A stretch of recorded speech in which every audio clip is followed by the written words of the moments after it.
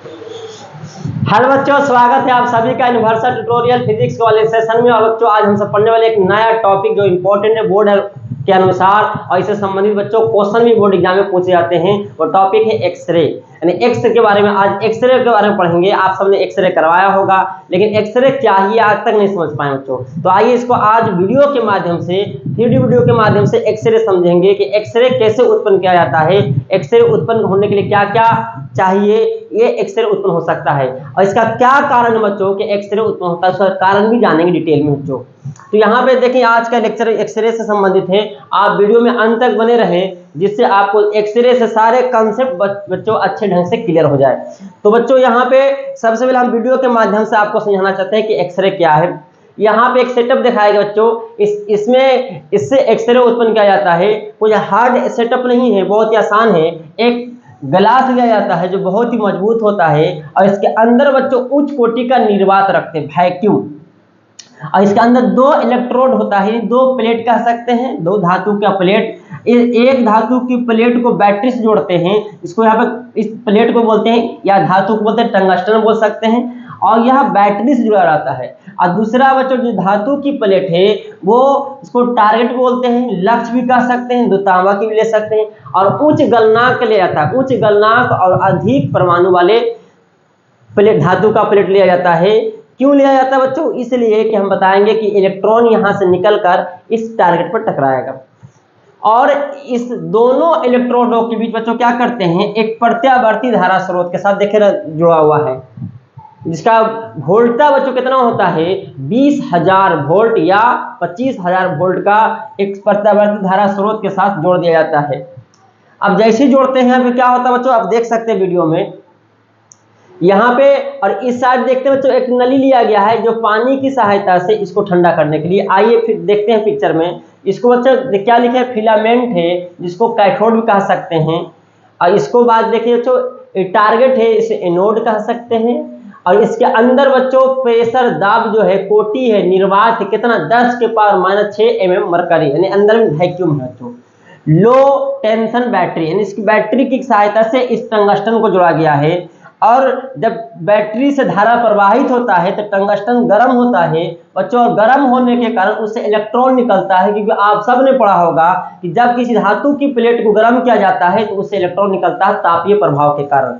अब ये इलेक्ट्रॉन निकलकर बच्चों गति करने लगा है, किसके कारण? जो प्रत्यावर्ती धारा स्रोत जुड़ा गया है, जो दोनों के बीच विभवांतर है 20,000 वोल्ट, वही वोल्ट क्या करता है, इलेक्ट्रॉन को त्वरित करवाकर इस कॉपर ब्लॉक जो दिखाया गया है, इसको क्या गया, इसको मोलिब्डेनम भी कहते हैं, टकराया गया है।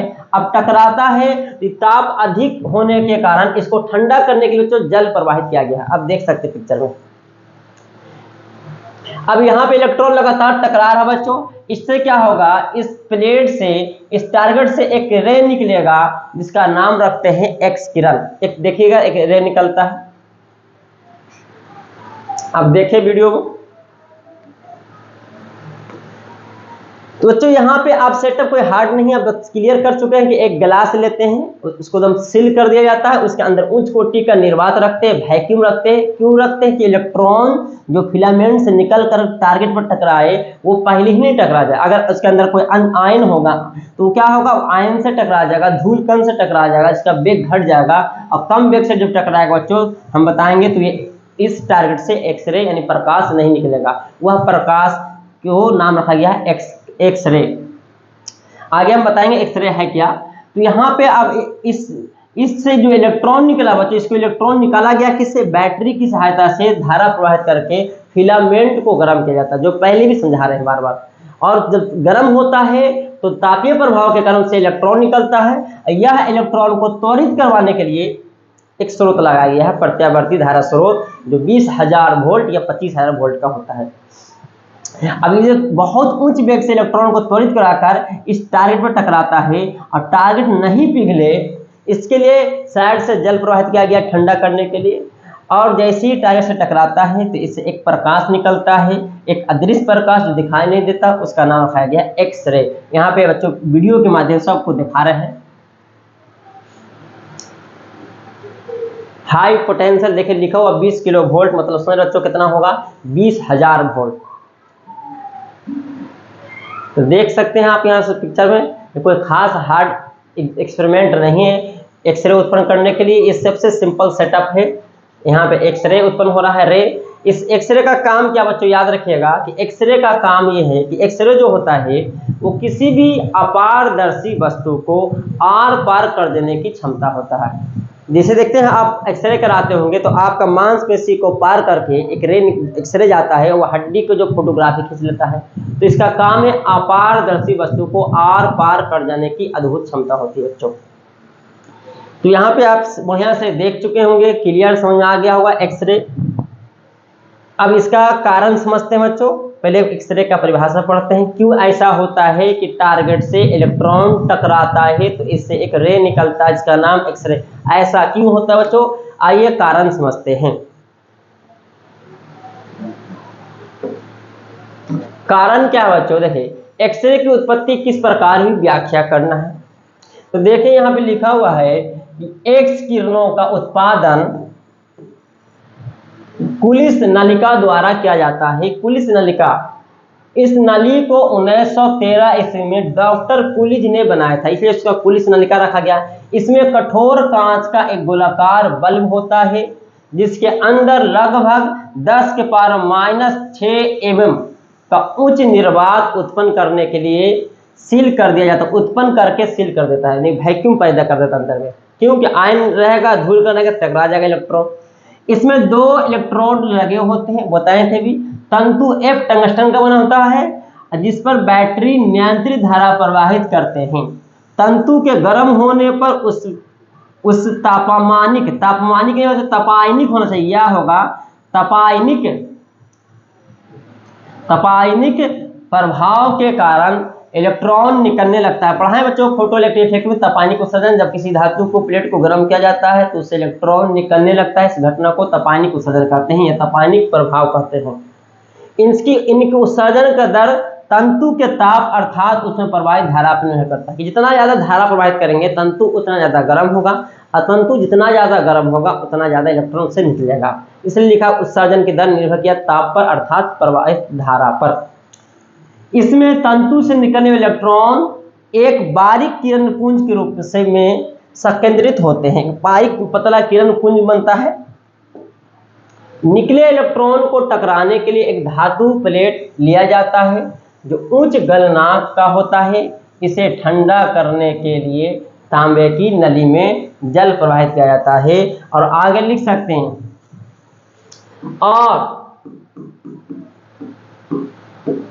और उसे आप इतना पहले लिख सकते हैं। तो यहाँ पे क्वेश्चन, ये आंसर तरह लिख लेना है। और इलेक्ट्रॉन को त्वरित कराने के लिए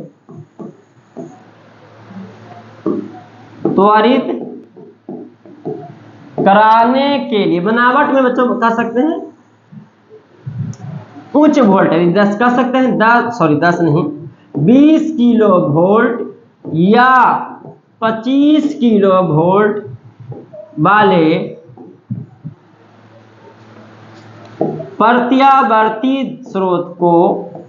प्रत्यावर्ती धारा स्रोत को जोड़ दिया जाता है।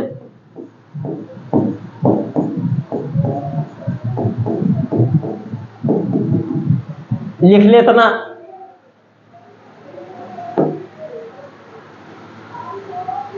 क्लियर। से इलेक्ट्रॉन को टकराने के लिए एक लक्ष्य चाहिए, टारगेट चाहिए, उच्च गलनांक का होना चाहिए। ठंडा करने के लिए तांबे की नली में जल प्रवाहित करते हैं और इलेक्ट्रॉन को गति कराने के लिए इतना वोल्ट वाले प्रत्यावर्ती धारा स्रोत जोड़ दिया जाता है।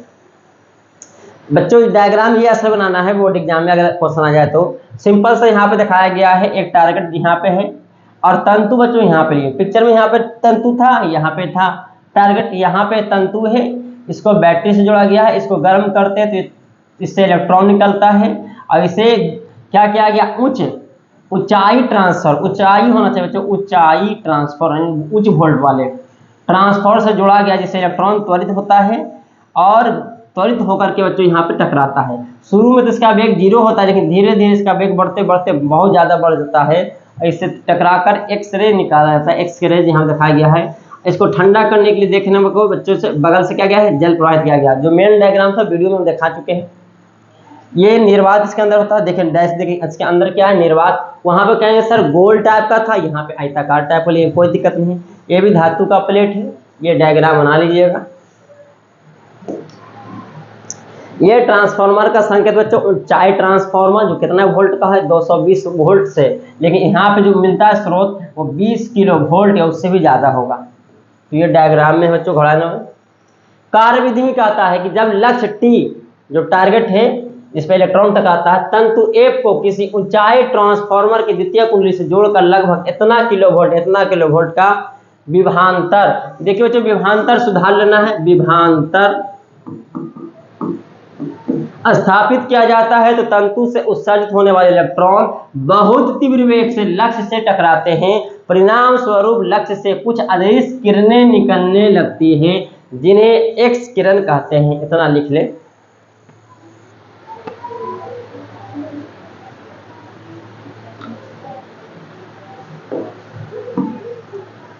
क्वेश्चन बच्चों क्या है, ये तो हो गया आपका पूरा, लेकिन कारण कहेंगे सर कारण नहीं समझ है। तो कारण समझने आने के लिए तो देखो, तो अगर यहाँ पे प्रोटॉन और न्यूट्रॉन लेते हैं नाभिक, और इसके चारों तरफ बच्चों क्या है, कक्षा होता है। अब यहाँ पे देखें जैसे समझाने के लिए, ये सेल है बच्चों, n बराबर 1, n बराबर 2, n बराबर 3, इस तरह आ गया बच्चों। अब मान लो कोई इलेक्ट्रॉन किस में है बच्चों, इस सेल में है, पहला सेल में। अब इसको क्या किया गया है, एक्सरे कैसे उत्पन्न होता है, तो होता क्या है, जब उच्च वेग वाले इलेक्ट्रॉन जब टारगेट से टकराता है, तो टारगेट के अंदर जो परमाणु है, उस परमाणु उपस्थित इलेक्ट्रॉन को एनर्जी मिलता है।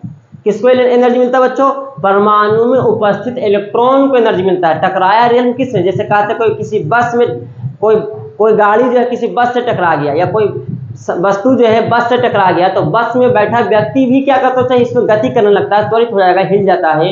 यहाँ पे बच्चों क्या हुआ है, इलेक्ट्रॉन टकराया है तो प्लेट से, लेकिन प्लेट में उपस्थित इलेक्ट्रॉन जो होता है उसको एनर्जी मिलता है। और जब उसको एनर्जी मिलता है तो क्या होता है, यह इलेक्ट्रॉन अपनी कक्षा को छोड़कर दूसरी कक्षा में चल जाता है, उत्तेजित हो जाता है, उच्च कक्षा में चल जाता है। अब मान लीजिए बच्चों यहाँ से यहाँ पहुंच गया, जाने में बच्चों मान लेते हैं कितना जूल, 4 जूल ऊर्जा खर्च मिला है इसको। कितना एनर्जी मिला था, 4 जूल एनर्जी मिला, तो यहाँ से यहाँ पहुंच गया। लेकिन बच्चों पता होगा ये इलेक्ट्रॉन का अपनी मूल अवस्था है, ग्राउंड स्टेट है, ये तो उत्तेजित हुआ है, लेकिन बच्चों यहाँ पे अब रहेगा नहीं, ये फिर से अपनी प्रारंभिक स्थिति में आएगा।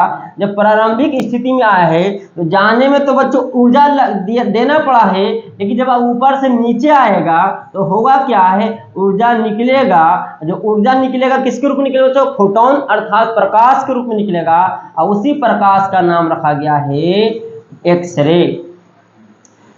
उत्तेजित होना, उच्च अवस्था में जाने के लिए ऊर्जा चाहिए। जो उच्च वेग से इलेक्ट्रॉन टकराया धातु की प्लेट से, तो उस प्लेट के अंदर उपस्थित इलेक्ट्रॉन को ऊर्जा मिला है, जिससे इलेक्ट्रॉन उत्तेजित होकर उच्च अवस्था में चल गया।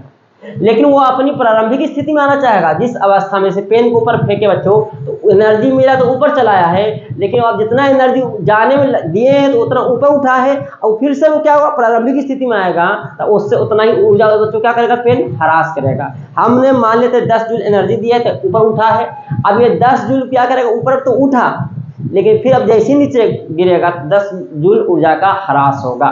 तो यहाँ पे बच्चों यह इलेक्ट्रॉन ऊपर से नीचे जब आएगा प्रारंभिक स्थिति में तो ऊर्जा का ह्रास होगा, क्योंकि ऊर्जा तो घट रहा है, ऊर्जा का जैसे ह्रास होगा ऊर्जा निकलेगा किसके रूप में, फोटोन के रूप में निकलेगा, अर्थात प्रकाश के रूप में निकलेगा, और उसी प्रकाश का नाम है एक्सरे। क्लियर, आपको समझ आ चुका होगा ये। तो एक्सरे का थोड़ा परिभाषा भी है 2 नंबर के लिए। जब तीव्र वेग से चलने वाली कैथोड प्लेट पर कैथोड किरणें क्यों कहते हैं बच्चों, केमिस्ट्री में पढ़े हो कि इलेक्ट्रॉन जो गति करता है तो उस किरण को, इसको किरण मानते हैं, उसका नाम रखा गया कैथोड किरणें, यानी इलेक्ट्रॉन किरण को ही कैथोड किरणें कहते हैं। किसी अधिक परमाणु भार और उच्च गलनांक धातु से टकराती है। उच्च गलनांक जल्दी गले नहीं, उसके संघात से ऐसे किरण निकलती है जो अपारदर्शक ठोस पदार्थों को आर पार निकल जाने की अद्भुत क्षमता होती है, जिन्हें रोन्टजन ने इन अज्ञात व अदृश्य किरणों को एक्स किरणें रखा। क्या नाम रखा बच्चों? एक्स किरणें नाम रखा है। एक्स किरणें, इन्हीं के नाम पर इन्हें रोंजन किरणें भी कहते हैं। एक्स किरणें का नाम क्या रख सकते हैं भी? दूसरा नाम क्या है? रोंजन किरणें, यानी वैज्ञानिक के नाम से संबंधित है, क्योंकि वैज्ञानिक रोंजन ने इसको खोज किया है, बताया है, इसलिए इसका रोंजन किरण, एक्स किरणें का नाम रोंजन किरणें भी है। लिख सकते हैं आप यहाँ पे। इसके बाद यहाँ बच्चों क्या है अगला क्वेश्चन कि एक्स किरणें कितने प्रकार के होते हैं और सभी को परिभाषित करें। तो एक्स किरणें बच्चों कितना प्रकार के? एक्स किरणें दो प्रकार के होते हैं। एक कोमल एक्स किरणें, सॉफ्ट एक्सरे, वैसी एक्स किरणें जिसकी पदार्थ की अधिक मोटाई को पार नहीं कर पाती, यानी ये भी तो मोटाई को पार करता है लेकिन अधिक मोटाई को पार नहीं कर पाती है। कोमल एक्स किरणें ये अल्पभेदी किरणें कहलाती है। अल्पभेदी क्यों? जो अल्पभेद है। अब कठोर, ये एक्स है हुआ, कठोर एक्स, ये एक्स है। कठोर एक्स किरणें क्या है? हार्ड एक्सरे, वैसी एक्स किरणें जो किसी पदार्थ की अधिक मोटाई को पार कर पाती है, कठोर एक्स किरणें कहते हैं। जैसे मान लो सिंपल सा आपको एक्सरे कराना है तो आपकी मोटाई मांसपेशी का बहुत कम है, तो कौन कठोर एक्सरे करवाएंगे? तो मालूम पड़ेगा कि मांसपेशी के साथ हड्डी भी पार कर जाएगा। लेकिन किसी हाथी का एक्सरे करवाना है तो उसके मांसपेशी मोटाई ज्यादा होने के कारण कोमल एक्सरे से काम नहीं चलेगा, सोचा कठोर एक्सरे से, यानी जिसकी मोटाई ज्यादा होगा और उसको चाहते हैं पास करवाने के लिए तो कठोर एक्स किरणों चाहिए, इसलिए लिखा गया ये कठोर एक्स कहलाता है। इसके बाद इसको लिख लें बच्चों यहां तक। इसके बाद क्या है? भेदन क्षमता क्या है?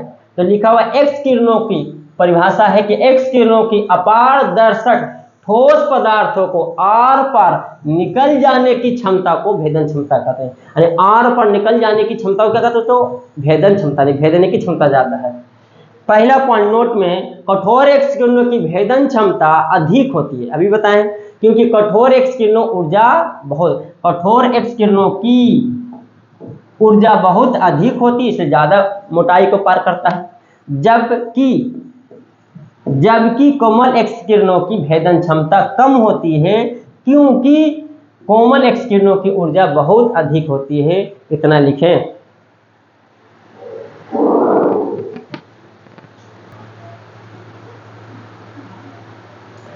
आप उतार चुके बच्चों यहां तक भेदन क्षमता, और इस पर 2 पॉइंट जो आपको अच्छे ढंग से सुना चुका होगा। और जिसका बच्चों एनर्जी ज्यादा होगा उसका तरंगदैर्घ्य कम होगा, मतलब कठोर एक्स किरणों की तरंगदैर्घ्य कम और कोमल एक्स किरणों की ऊर्जा बहुत कम है, इसलिए तरंगदैर्घ्य ज्यादा। ये पहले सोचो। आगे लिखा है क्या है यहाँ पे छूटा हुआ फिर से, एक्स किरणों की तरंगदैर्घ्य किस कोटि का होता है? कहां से कहां बच्चों? 1 एंगस्ट्रॉम से लेकर 10 एंगस्ट्रॉम तक होता है।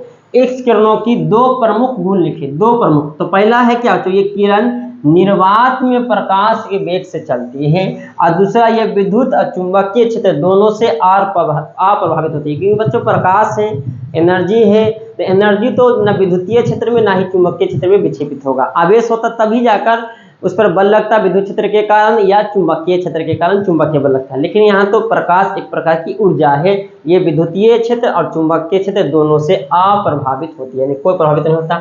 2 प्रमुख गुण भी पूछ सकता बच्चों, या कह सकता कि एक्स किरणों में कौन कौन से गुण यहाँ प्रदर्शित करते हैं कि एक्स किरणों की विद्युत चुंबकीय तरंग है, यानी तरंग मतलब एनर्जी है। तो ये भी दोनों क्वेश्चन एक ही है, आंसर यही होगा बच्चों। इसके बाद क्या? एक्स किरणों को उत्पन्न करने के लिए आवश्यक क्या बातें, क्या क्या चाहिए? एक्स किरण उत्पन्न करने के लिए क्या क्या चाहिए? तो कम से कम बच्चों इलेक्ट्रॉन निकालने के लिए एक स्रोत चाहिए, कि अगर इलेक्ट्रॉन ही नहीं निकलेगा तो फिर टकराएगा कौन? तो इलेक्ट्रॉन निकालने के लिए एक स्रोत चाहिए।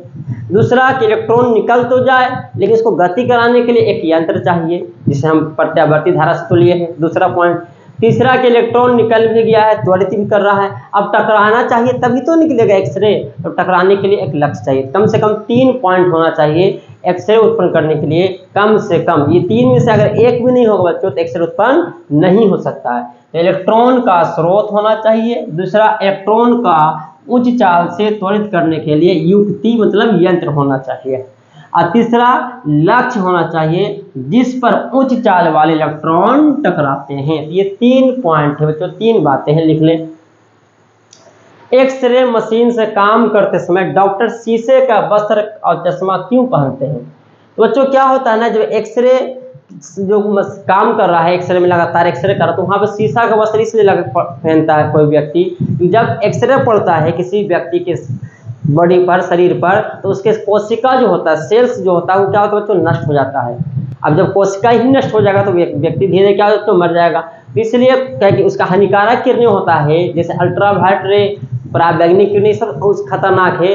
लेकिन एक्सरे भी क्या है, लगातार कराना नहीं चाहिए बच्चों, क्योंकि ये हानिकारक किरणें होता है, ये कोशिका को नष्ट करता है, नुकसान पहुंचाता है। इसलिए जो व्यक्ति लगातार इसमें काम करते रहता है, इसको चाहिए कि हम ऐसा वस्त्र पहने जो किरण अगर निकले भी तो शरीर के कोशिका को नुकसान नहीं पहुंचा पाए, इसलिए शीशे का वस्त्र पहनता है बच्चों। यहाँ पे लिखना क्या है, मनुष्य के शरीर पर एक्स किरणों के गिरने से शरीर के सेल क्या होता है बच्चों, कोशिका नष्ट हो जाते हैं। शीशे के वस्त्र और चश्मा पहनने पर एक्स किरण शीशे में पार नहीं हो सकने के कारण शरीर को हानि नहीं होती है। ये आंसर होगा बच्चों। अगला क्या, चिकित्सा कार्य में केवल कोमल एक्स किरण, जो भी देखते होंगे आप हॉस्पिटल सब में, कोमल एक्स किरणों का ही प्रयोग किया जाता है, कोमल एक्स किरणों का, कठोर एक्स किरणों का नहीं। क्यों, तुमसे कोई सवाल कर सकता है, तो इसका आंसर पहले भी बता चुके बच्चों। कोमल एक्स किरणों मांस को पार कर जाती है और हड्डियों को नहीं, यानी मांस को पार करता है कोमल एक्स रे, क्योंकि यह अल्पभेदी होता है, ज्यादा मोटाई को पार नहीं करता। तो क्या होता है, मांसपेशी को पार करता है तो हड्डी तक पहुंचता है, हड्डी का फोटोग्राफी खींच लेता है। लेकिन कठोर एक्स किरणों क्या होता है, दोनों को पार करेगा। मान लो कठोर एक्स किरण करवाएं जाके कि हड्डी का देखते हैं टूटा हुआ कि नहीं है, तो पता चला मांसपेशी और हड्डी दोनों को पार कर गया, तो फोटो किसको खींचेगा। इसलिए कठोर एक्स किरणों का दोनों को पार कर पाती है, इसलिए शरीर का एक्स किरण फोटोग्राफी लेने के लिए कोमल एक्स किरणों का ही उपयोग किया जाता है। ये लिख ली बच्चों। उम्मीद है कि आपको बहुत अच्छे ढंग से एक्सरे समझ में आ चुका होगा और अच्छे ढंग से क्लियर भी हो चुका है बच्चों कि एक्सरे उत्पन्न कैसे होता है, एक्सरे क्या है। कह देना सिंपल सी बात कि तीव्र वेग वाले इलेक्ट्रॉन जब किसी धातु की प्लेट से टकराता है तो उस प्लेट से एक अज्ञात किरणें निकलने लगती है, जिन्हें एक्स किरण कहते हैं, और यह एक्स किरण अपारदर्शी पदार्थ को भी आर पार कर जाने की क्षमता होती है। आगे दो प्रकार बोलने जो ये एक्स किरण का परिभाषा हो जाएगा बच्चों। क्यों उत्पन्न होता है, इसका क्या कारण है, हम बता चुके हैं कि किसी भी इलेक्ट्रॉन को जब तीव्र वेग से टारगेट से टकराता है तो टारगेट के अंदर जो उपस्थित इलेक्ट्रॉन को एनर्जी मिलता है, जिससे वो उत्तेजित होकर क्या होता है, उच्च अवस्था में जाता है। अब जब उच्च अवस्था में गया, एनर्जी मिला है, अब फिर वो अपनी प्रारंभिक स्थिति में आता है तो ऊर्जा का ह्रास होता है, वही ऊर्जा फोटोन के रूप में या प्रकाश रूप में बाहर निकल जाता है, तो उसी को कहते हैं एक्स किरण, यानी एक्स मान लिया गया एक्स किरणें। उम्मीद है बच्चों आज आपका एक्सरे बहुत अच्छे ढंग से बच्चों क्लियर हो चुका होगा। तो फिर मिलते हैं बच्चों नेक्स्ट टॉपिक में, नेक्स्ट वीडियो के साथ। तब तक के लिए धन्यवाद।